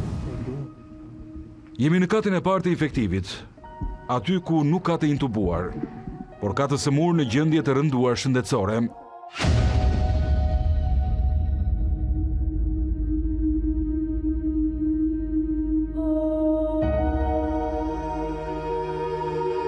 Vetëm do e përshëndes dhe do e falenderoj që është kaq person i mirë dhe i dashur, që në një situatë të vështirë është shumë bashkëpunues me ne, dhe që shumë shpejt do të bëhet shumë mirë. Mirë? Faleminderit shumë. Mjekët konfirmojnë se dyert duhet të jenë të mbyllura dhe se pacientët nuk mund të flasin. Është rrezik apo thjesht një derë që mbyllet një lloj si e para, e dyta dhe e treta? Këtë nuk mund ta dim. Drejtoresha e infektivit do të na tregojë korridoret e parrezikshme, ndonse A2 CNN, ashtu sikurse edhe ata, kanë marrë përsipër të jenë në këtë mision, jo për të shëruar të lënguarit, por për të treguar rrezikun që i kanoset çdo shqiptari nëse nuk bën kujdes ndaj armikut padukshëm, për të treguar disa të vërteta. Nga e majta të djathtë janë dy dhomat që bëhet stacionimi e personave që kanë dyshime ose janë të konfirmuar me infeksionin Covid. Mund bëhet ndarja sipas moshës apo sipas gjinisë që kanë, kur sigurisht e shikoni. Janë njerëz në pritje për të ushtruar ose jo sipas kushteve shëndetësore që ata kanë. Personeli është pajisur me veshje të kacë, ka mbrojtjet e duhura nga fillimi deri në fund për arsye se ekspozimi ka shitje infeksion në këtë vend apo në vende të tjera është shumë i lartë për shkak se duhet mbrohesh për të shërbyer personave të tjerë. Duke vazhduar, duke ecur, është pra në zonën tjetër, që është zona e dytë, që largohemi nga shërbimi i urgjencës. Ky është korridori që ne kalojmë kur vendoset që pacienti do shtrohet, ne kalojmë në ecim drejt korridorit për të shkuar me ashensor, në të shmangim sa më shumë kalimin e spitalit për të shkuar me ashensor, nëse pacienti shtrohet në kat parë, kat dytë apo në kat tretë, por sigurisht shoqërohet me baret, me karrotë sipas situatës shëndetësore që ka. Dhe është një pikë shumë e aksesueshme dhe që pacientit të krijohet komoditeti për të shkuar sa më shpejt në vendin që do marrin ndihmën mjekësore. Është dhe terapia intensive, pra ai që quhet reanimacioni, që është në kat dytë ku pacienti shtrohet, atëherë kur është më i rënduar nga ana mjekësore. Pra gjithë ky korridor është rruga e kalimit që bën personeli shëndetësor dhe pacienti për të kaluar nga vendi që do shtrohet deri në vendin e kalimit në kat parë, në kat dytë, në kat tretë apo në terapinë intensive. Ky është vendi ku kryhet skaneri, pra imazheria e mushkrive që bëhet 24 orë në 24 orë, ku sigurisht ju përmenda punon doktor Renato dhe 3 laborant që kryen një punë mjaft cilësore që janë 24 orë në 24 orë në shërbim të pacientit dhe të personelit që ka nevojë për shërbimin e tyre të rëndësishëm. Ekipi mjekësor që endet këtyre shtigjeve bashkë me virusin na tregon gjithçka din dhe me çfarë po luftojnë. Dhe në këtë rast po shkojmë në kat parë, aty ku ndohet që do shikojmë një grup shkurtër pacientësh, aq sa mund të na lejojnë, kështu që kalimi bëhet i shpejt. Është rëndësishme për të thënë që ashensori u kalon pacienti, disinfektohet me njerëz apo edin, në mënyrë që personeli ata që kalojnë në ashensor, që sigurisht janë vetëm personel, të kenë një mbrojtje maksimale për shkak se janë të veshur.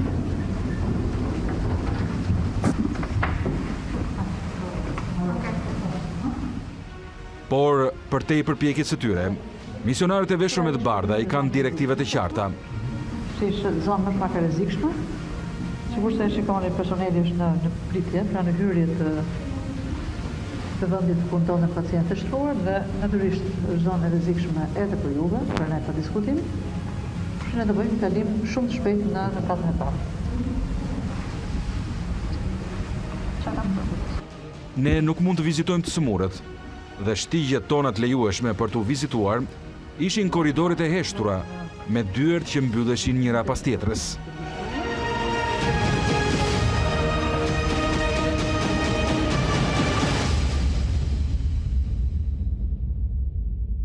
Të njëjtët persona që mundën të shkonin në vijën e luftës në Siri, me të njëjtin guxim, sot hynë në derën që ju premtua e hapur. Yul Kasapi dhe Endrit Myftari ishin aty për të rrëfyer një realitet që të zhytë sërish në heshtjen e një lufte që A2 CNN mund ta sjellë si një dritare të së vërtetës, edhe kur çdo derë është e mbyllur. Ne qëndrojmë në punë, ju qëndroni në shtëpi. Frikë jo, kujdes po.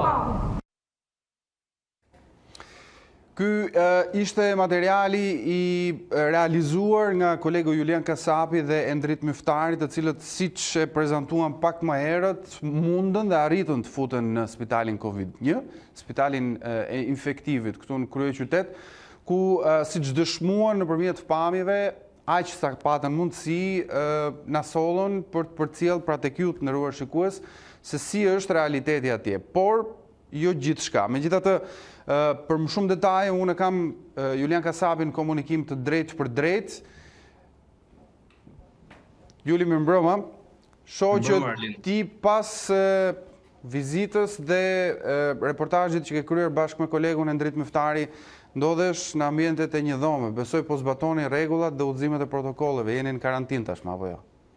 Është vërtet Arlind, ne faktikisht së bashku me Endrit Myftarin, ne për zbatuar gjithë protokollet, por dhe ligjet e vendosura nga shteti shqiptar, ne vendosëm që të vetë karantinohemi, duke marrë parasysh dhe riskun që mund t'i çonim familjarëve tanë, ne vendosëm që të mbrim në një nga hotelet e përsaktuara nga qeveria si karantinë dhe tashmë ndodhemi këtu, shëndoshem mirë të paktën deri në këto momente dhe shpresojmë që mos të kemi probleme, pra ta kalojmë këtë periudhë karantinimi ashtu siç duhet.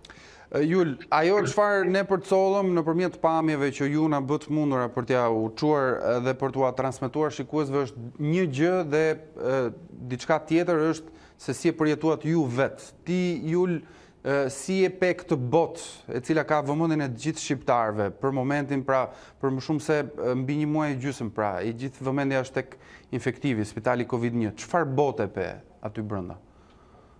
Atëherë faktikisht është disi e vështirë për të thënë drejtën, pasi situata në të cilën përballesh ndryshon nga situatat në të cilat ne jemi përballur, ndonse kemi pasur dhe momente më të vështira se sa ky. Të vetmin moment që të paktën unë personalisht pash ishte momenti kur ti dilje pra nga spitali infektiv ose Covid-1, pra momenti i zhveshjes dhe i heqjes së rrobave, pra rrobave të cilat të mbronin nga virusi. Ndodhen se na thuaj gjatë gjithë kohës që kishte zona me rrezik të lartë ose kishte zona ku niveli kontaminimit mund të ishte tepër i lartë, ne gjithsesi ishim mbuluar në respektim të gjitha rregullave dhe besoj se nuk kishte probleme tjera përveç se momentin duhet të hiqje dorezat, duhet të hiqje edhe veshjen, pra veshjen speciale ku futeshe pra brenda në spitalin infektiv.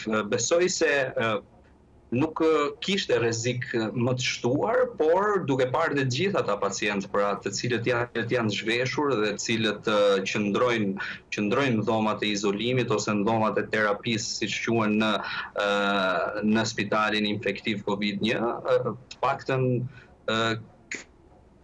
kjo ishte një farë lehtësimi pasi të gjitha ata persona janë zhveshur dhe shohin për ditë përballë persona të veshur duke mos i dalluar ato, por i vetmi moment që unë mund të them se ishte i vështirë, pra ishte vetëm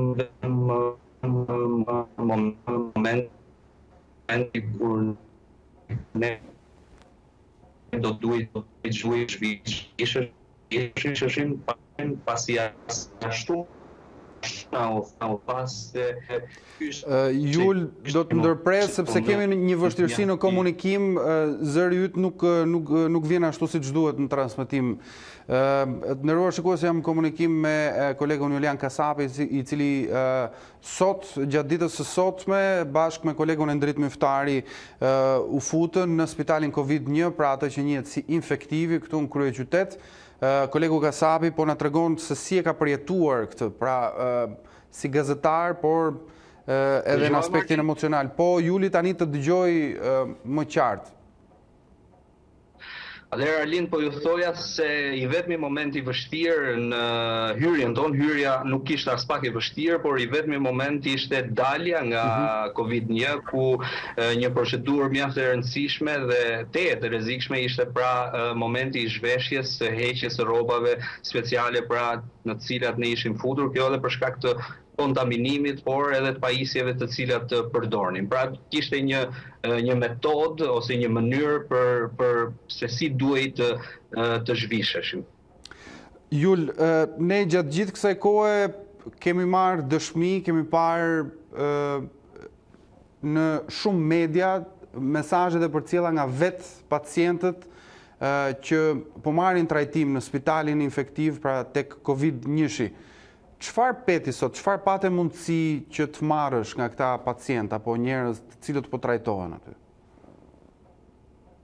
Atëherë faktikisht në Arlind nuk patëm shumë mundësi të shihnim pacient, ne patëm shumë mundësi të shihnim korridoret e infektivit dhe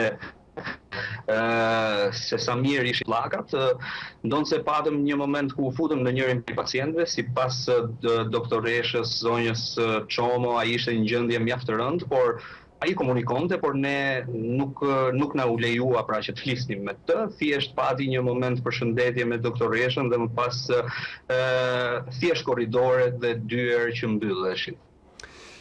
Në nisjet kësaj hapësire dhe të kësaj bisede bashkë, Jul, ne thamë që gjatë ditës djeshme u bëm dëshmitar të një situate të pahishme, po e cilësojmë. Çfarë ndodhi në të vërtetë? Ne i trokitëm dyreve të institucioneve për të respektuar rregullat dhe protokollet ashtu siç na është diktuar praktikisht. Çfarë ndodhi në të vërtetë? Atëherë faktikisht për të qenë edhe korrekt me teleshikuesit, ne është e vërtet lajmëruam hyrjen tonë në spitalin Covid-19. Ne kishim marrë gjitha lejet e mundshme zyrtare nga Ministria e Shëndetësisë, kishim lënë një takim dhe me shefen e shërbimit zonjën Najada Çomo rreth orës 15 që të bënim hyrjen tonë dhe të kryenim reportazhin.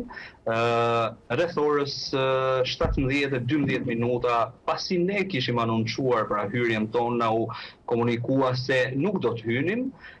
Faktikisht unë ndjesi një farë diferencimi të paktën nga Ministria e Shëndetësisë ose edhe nga vetë stafi mjekësor, por gjithsesi nuk ka problem për të qenë edhe të drejtë edhe fair me teleshikuesit.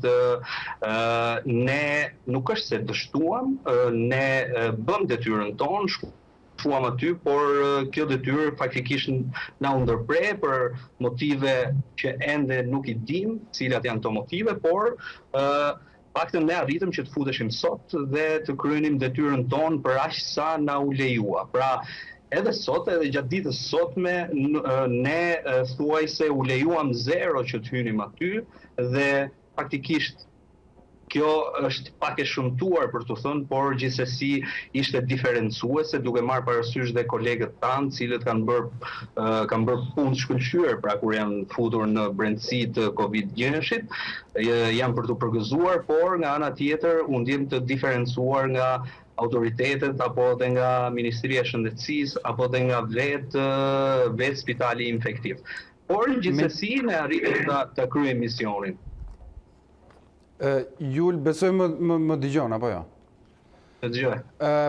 Ti, nga gjithë kolegët që jemi këtu në redaksinë në televizion, je i vetmi që patë mundësin me gjithë peripetësit që po shpjegojmë dhe që sa po na shpjegove, megjithatë ti përcolle edhe nëpërmjet pamjeve stafin dhe personelin mjekësor, i cili edhe në fund të reportazhit që ti kishe realizuar e mbyll me një mesazh, apo jo? Ne duhet të qëndrojmë në shtëpi, ata qëndrojnë në punë. A vlen të paktën një fjalë mirë për stafin apo personelin mjekësor, duke qenë për të gjithë situatës që ti kalove bashkë me Endritin?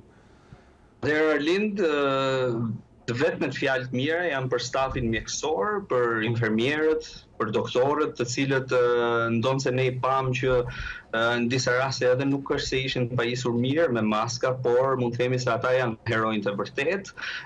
Heronjtë e vërtet nuk janë drejtorët apo drejtoreshat, heronjtë e vërtet nuk janë as ministrat, heronjtë e vërtet janë ata njerëz të cilët rrinë aty, heronjtë e vërtet janë infermierët të cilët kujdesen për ata pacient, heronjtë e vërtet janë të gjithë ata njerëz të cilët u japin bukë të gjithë atyre pacientëve, i ndihmojnë të lahen, i ndihmojnë të ndrojnë të gjithë ata pacient dhe fjalët më të mira u shkojnë të gjithë atyre doktorëve, doktoreshave, reanimatorëve, infermierëve, të cilët me të vërtet ndonë se nuk duken shumë në për televizione, ata janë personat cilët po kujdesen, madje kanë quar dhe mjaft pacient në shtëpitë e tyre tashmë të shëruar.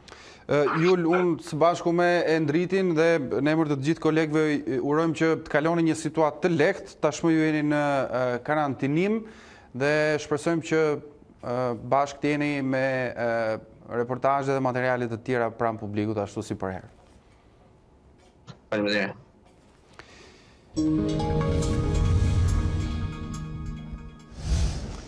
Mirë, do të flasim për zhvillimet të tjera të nderuar shikues. Komisioni Evropian njoftoi mobilizimin e 3.3 miliardë eurove si mbështetje financiare për vendet e Ballkanit Perëndimor. Fondi grumbulluar bashkë me Bankën Europiane të Investimeve synon të adresojë nevojë imediate shëndetësore dhe humanitare të rajonit në përballimin e pandemisë COVID-19. Gjithashtu do të ndihmohet Ballkani Perëndimor në rimëkëmbjen ekonomike dhe sociale. BE po mobilizon një paketë financiare të rëndësishme, duke konfirmuar solidaritetin e fuqishëm. Së bashku do ta kalojmë këtë krizë dhe do të shërohemi, thekson presidenti e Komisionit Evropian Ursula von der Leyen. Brukseli sqaron se plani ndihmës do të ndahet në disa pjesë: Shqipëria, Kosova, Maqedonia e Veriut, Serbia, Malizi dhe Bosnjë-Hercegovina do ta përdorin këtë plan financiar për të fuqizuar sistemet e tyre shëndetësore, për të stimuluar rimëkëmbjen ekonomike dhe të mbështetur reformat e kërkuara nga Bashkimi Evropian. Paketa e ndihmës vjen përpara samitit të Bashkimit Evropian me liderët e Ballkanit Perëndimor që do të mbahet në datën 6 maj. Ky samit parashikohet të zhvillohej në Zagreb, por pandemia detyron mbajtjen e tij me anë të një videokonference.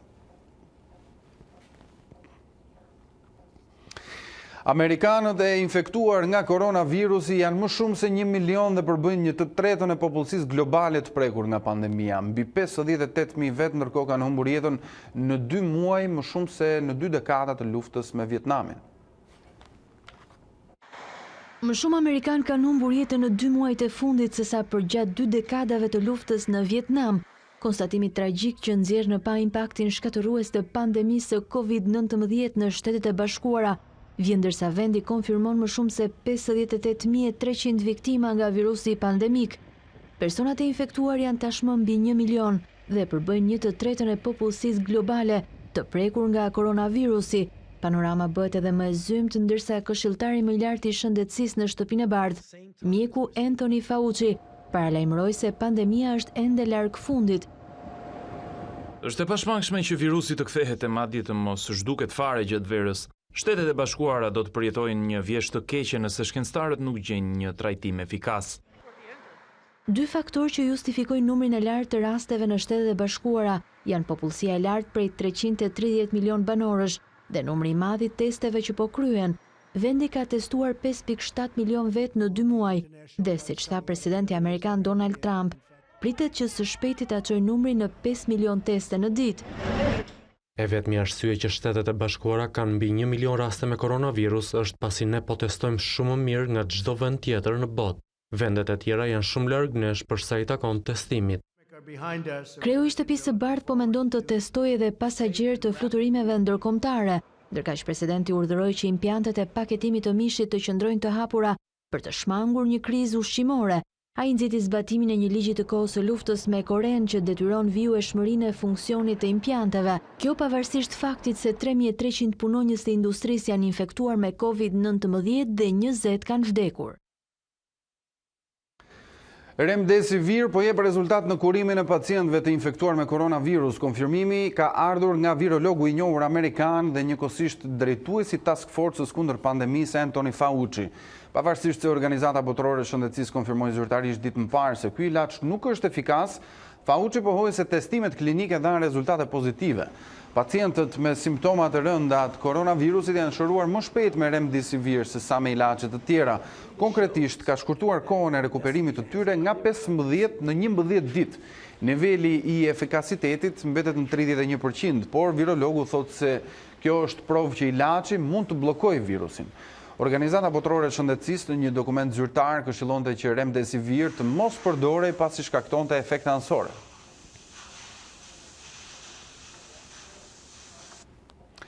Në Shtetet e Bashkuara të Amerikës numërohen mbi 1 milion raste të njohura me COVID-19. New Yorku është përshkruar gjatë gjithë kësaj kohe si shteti më i prekur nga pandemia me mbi 17.000 jetë të humbura si pasojë e sëmundjes. Në Shtetet e Bashkuara është publikuar së fundmi dhe një plan për rinisjen e disa aktiviteteve, i cili, siç është raportuar, do të përshtatet sipas shteteve të ndryshme. Sistemi shëndetësor amerikan nuk ka dhënë sinjale të një mbingarkesa apo tronditje nga pandemia, dhe për të kuptuar se si është vërtet situata atje, ne do të bisedojmë me Hajrie Lamanin, infermiere në një nga spitalet e New Yorkut, konkretisht në Coney Island. Mirëmbrëma. Hajrie, New Yorku është shteti më ndikuar nga pandemia me mbi 17.000 të vdekur. Çfarë situate po kaloni tani? A ka një ulje të ritmit të personave që po infektohen apo hospitalizohen? Atëherë, sigurisht situata po shkon drejt përmirësimit. Ditët e fundit ne kemi patur më pak raste që paraqiten në urgjencë dhe që kanë simptoma të COVID. Kjo ka bërë ndjeshëm kuptohet edhe uljen e numrit pacientëve që shtrohen, por akoma në spitale ka pacientë që kanë qenë më parë të diagnostikuar dhe vazhdojnë trajtimet në spital. Është ruajtur... Po është situata po përmirësohet. Domethënë rastet e reja janë ulur ndjeshëm. E qartë. Ndërkohë, a është ruajtur ritmi i testimeve, pra siç është zhvilluar dhe më parë, me çfarë ritmesh po zhvillohen testimet tani? Ka një strategji që po ndiqet nga autoritetet shëndetësore? Këtu akoma vazhdohet me testimet në rastet e pacientëve që shtrohen dhe që paraqesin vërtet simptoma të një situate të vështirë. Testohen kryesisht personeli shëndetësor dhe ata që punojnë në vijën e parë, në kuptimin ata që shërbejnë në për trena, në shërbimin publik, në transportin publik, në për markete, farmaci. Pra nuk është një testim masiv, le themi, që çdo kush mund të shkojë dhe mund ta bëjë testin nëse do. Ndërkohë, sipas një zhvillimit pak minutave më herët, ka qenë virologu i njohur amerikan, Hajrie, dua një përshtypje nga ty, Anthony Fauci, i cili ka folur për medikamentin remdesivir, është një zhvillim i momenteve të fundit. Ai ka thënë se nëpërmjet këtij medikamenti shkurtohet koha e rekuperimit të pacientëve. Çfarë përshtypjesh ti jep ky lajm dhe ky zhvillim? Atëherë, paktën në spitalin ku unë punoj, ky medikament nuk është përdorur. Ne kemi përdorur hydroxychloroquinolin. Ka qenë ai që kemi përdorur dhe dje për shembull kemi patur dalje nga spitali të pacientit të 500 me i shëruar me COVID, pra ka patur sukses edhe plakonili. Por në shtete të ndryshme, në spitale të ndryshme, ndiqen protokolle të ndryshme, pavarësisht se nuk ka një, le të themi, një standard për të gjithë. Dhe janë të kuptohet që kjo është një sëmundje e re që e gjithë bota po ndeshet dhe po përballet, dhe në këtë mënyrë janë provuar medikamente të ndryshme në varësi të klinikës së pacientëve.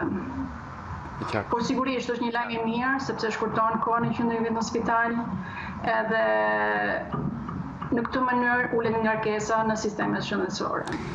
Hajrie, duke parë llogaritët tua në rrjetet sociale, pak më herët pam që një ditë më parë, siç e përmend edhe ti, nga spitali ku ti punon dhe je angazhuar, është larguar pacienti i 500 i shëruar nga Covid-i, apo jo? Në fakt ishte interesante ajo se çfarë kishte rezervuar stafi edhe personeli mjekësor i spitalit. Ishte një farfitore, sepse është bërë një punë kolosale. Në këto 2 muaj ka qenë një ngarkesë e jashtëzakonshme. Është punuar me tek kapaciteteve tona dhe arritja një fitore të tillë kuptohet. Ishte mreslënse për gjithë neve dhe sigurisht u organizua një dalje nga spitali në një mënyrë fitorie për spitalin. Ne dim që në Shtetet e Bashkuara të Amerikës nuk ka një kufizim të lëvizjeve të qytetarëve, apo jo? A është kjo praktikisht një mundësi ose lë shkas për të arritur tek ai imuniteti i famshëm i tufës apo i masës? Atëherë, këtu është ndjekur politika e tillë që nuk ka patur shtrëngime drastike, por ama janë zbatuar disa rregulla, siç është distancimi publik, këtu nuk lejohet që të dalësh në rrugë pa maskë dhe është detyrim. Dhe kjo, por nga ana tjetër nuk janë kufizuar totalisht njerëzit. Pra, jeta ka vazhduar, por me kufizime. Është ndjekur në këtë mënyrë për t'i patur të dyja, që jeta të vazhdoj, por edhe të sigurohet ai imuniteti i tufës që thuhet, domethënë se sa rezultat do të ketë, kjo do të shipet në vijim. Nga testimet serologjike që kanë filluar të bëhen, rezultojnë që 14.9% e popullatës ta ketë kaluar COVID-19. Kuptohet që akoma testimet janë në një numër të vogël, por në bazë të këtij studimi rezulton në një përqindje të tillë, që do të thotë gati 70-80% e popullatës akoma nuk e ka kaluar. Kuptohet, është një studim i kufizuar. E qartë. Ndërkohë, çfarë karakteristikash ka ky virus deri më tani? Është koronavirusi njësoj si në rastet e para kur pandemia u shfaq në Shtetet e Bashkuara të Amerikës? Është folur për një ndryshim të sjelljes së tij, që nga shpërthimi në Kinë edhe në periudhat pasardhëse.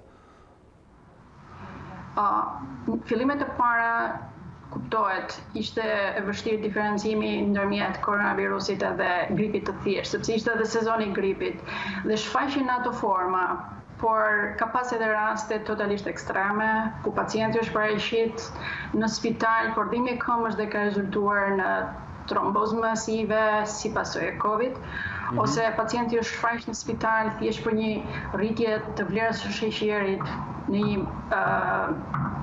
mbi 500 apo mbi 600, dhe kjo pasi ka është prezantuar në spital pacienti dhe është testuar, ka rezultuar që është COVID dhe ka qenë një pasojë e COVID. Pra ka shfaqur forma nga më të ndryshmet në të gjitha llojet e simptomave që të mundshme. Ajerie, për çfarë po përgatiteni në Shtetet e Bashkuara të Amerikës ose konkretisht në New York ku ti jeton dhe punon, si është parashikuar të jetë situata në periudhën e verës? Nuk mendoj që do kaloj shpejt kjo situatë, do ketë vazhdimsi dhe po punohet për hapjen e New Yorkut. Guvernatori dhe kryetari i bashkisë kanë insistuar fort që të mos hapet me 1 maj, por është shtyr për 15 maj në hapja e New Yorkut, në kuptimin që do fillojnë punët siç janë ndërtimi, disa nga punët e tjera që mundet, por që sigurisht janë vënë kushte edhe në raste të tilla që këto punë, domethënë këto punë duhet sigurojnë për punëtorët e tyre, punonjësit e tyre, të gjitha kushtet higjienike të nevojshme në të njëjtën kohë, po dëgjoja sot që ju kërkohet këtyre ndërmarrjeve që të kenë edhe dhoma izolimi, në kuptimin që nëse një nga punonjësit e tyre do të rezultojë pozitiv dhe nuk do që të shkojnë në shtëpi për të mos transmetuar virusin në shtëpi, ata duhet mundsojnë edhe kushte për këta punonjës të tyre në organizatat e tyre. Ajerie, nga sa po na shpjegon, kuptojmë që nuk ka ende një plan të detajuar pra për secilin profil aktivitetesh apo jo. Megjithse për disa të tilla edhe mund të ketë ndonjë udhëzim për momentin që flasim, po ndërkohë a ka patur kundërshtime situata, plani i hapjes apo parashikimet që autoritetet kanë bërë nga njerëzit? Përmendim këtu që pak ditë më parë kemi parë dhe kemi raportuar dhe për protesta në Shtetet e Bashkuara të Amerikës. Po, është e vërtet që ka grupe të ndryshme që mendojnë ndryshe nga ajo çfarë po zbatohet në jo vetëm në New York, po edhe në gjithë Amerikën, dhe sigurisht ka njësur po protestojnë.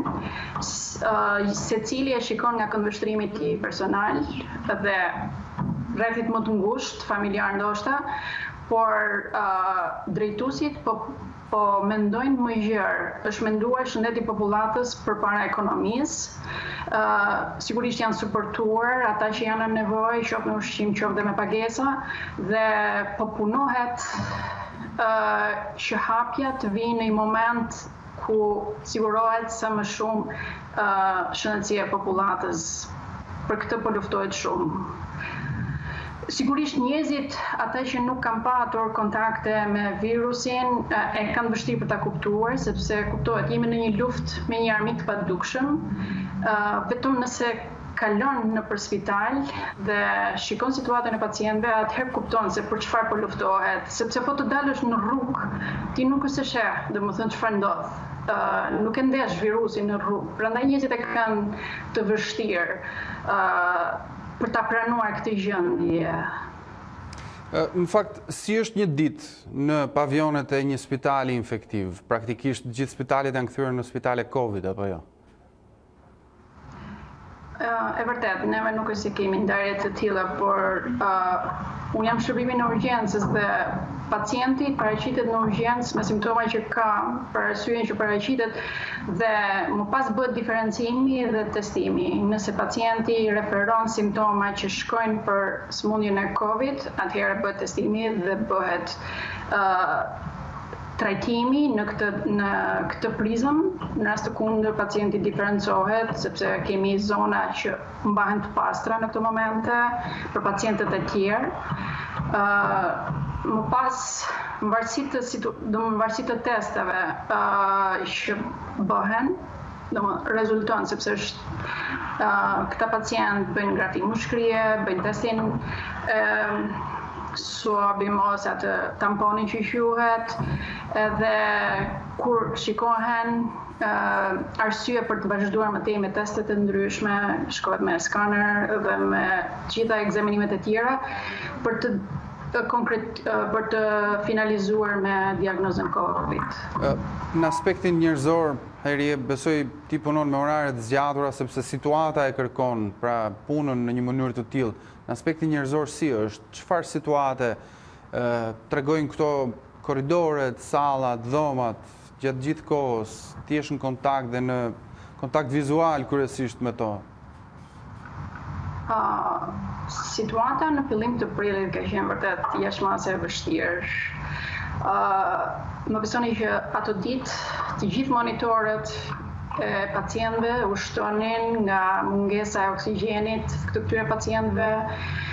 Ishte një situatë që, të them të drejtën, nuk do harroj kurrë në jetën time. Dhe asnjë nga kolegët e mi që ka punuar në ato situata, ka pas nga ne që kanë qarë në momente të caktuara, sepse shikoje pacientët se si vuanin dhe kishte nga ata që iknin në përduar në një mënyrë të pashpjegueshme. Ka qenë situatë shumë e vështirë, por faleminderit Zotit tani po normalizohet. Por nuk dim se si do të jetë zyrija. Kjo është pyetje tjetër pastaj. Herje, unë të falenderoj për këtë bisedë, minutat që na kushtove dhe po të përcjell një bravo të madhe për punën që je duke zhvilluar për shkak se je në vijën e parë të kësaj lufte me një armik praktikisht padukshëm. Të falenderoj dhe uroj gjithë mirat për të gjithë. Fëmijët deri në moshën 10 vjeçare mund t'i përqafojnë sërish gjyshrit e tyre në Zvicër. Në një rishikim të udhëzimeve për frenimin e pandemisë, autoritetet shëndetësore në këtë vend thanë se shkencëtarët kanë arritur në përfundimin se fëmijët e vegjël nuk e transmetojnë virusin. Daniel Kosh, shefi i sëmundjeve infektive, pohoi se shumë gjyshër jetojnë për të parë niprit dhe mbesat dhe kjo është e rëndësishme për shëndetin e tyre mendor. Sipas tij, nuk janë fëmijët që përbëjnë rrezik për të moshuarit, por prindrit e tyre. Megjithatë, rekomandohet që takimet të jenë të shkurtra. Përdorën një lloj vinçi për të ofruar tek dritaret e dhomave të afërmve të tyre të cilët nuk i takojnë për javësh për shkak të izolimit. Pamjet vijnë nga një azil pleq në Varshavë. Familjarët e të moshuarve nuk mund të kenë kontakt me të afërmit e tyre për shkak të rrezikut të infektimit me COVID-19. Takimi nga dy anët e xhamave të dritarëve ishte, siç duket dhe nëpërmjet pamjeve, tepër emocionues. Familjarët e të moshuarve thanë se u vinte shumë keq që nuk mund të përqafoshin, por gjithsesi në një lloj forme arritën të çmalleshin. Pas një muaj të vështirë në shtratin e terapisë intensive, Felipe, 60 vjeçar, feston për jetën me një kërcim. I mbjetuari i COVID-19 shijon muzikën e këngëtarit të tij të preferuar, Sergio Dalma, me ndihmën e fizioterapistes së tij në një spital të Barcelonës. Shtetës spanjoll është në fazën e rehabilitimit në përpjekjen për të rifituar forcën e muskujve dhe për të ecur sërish.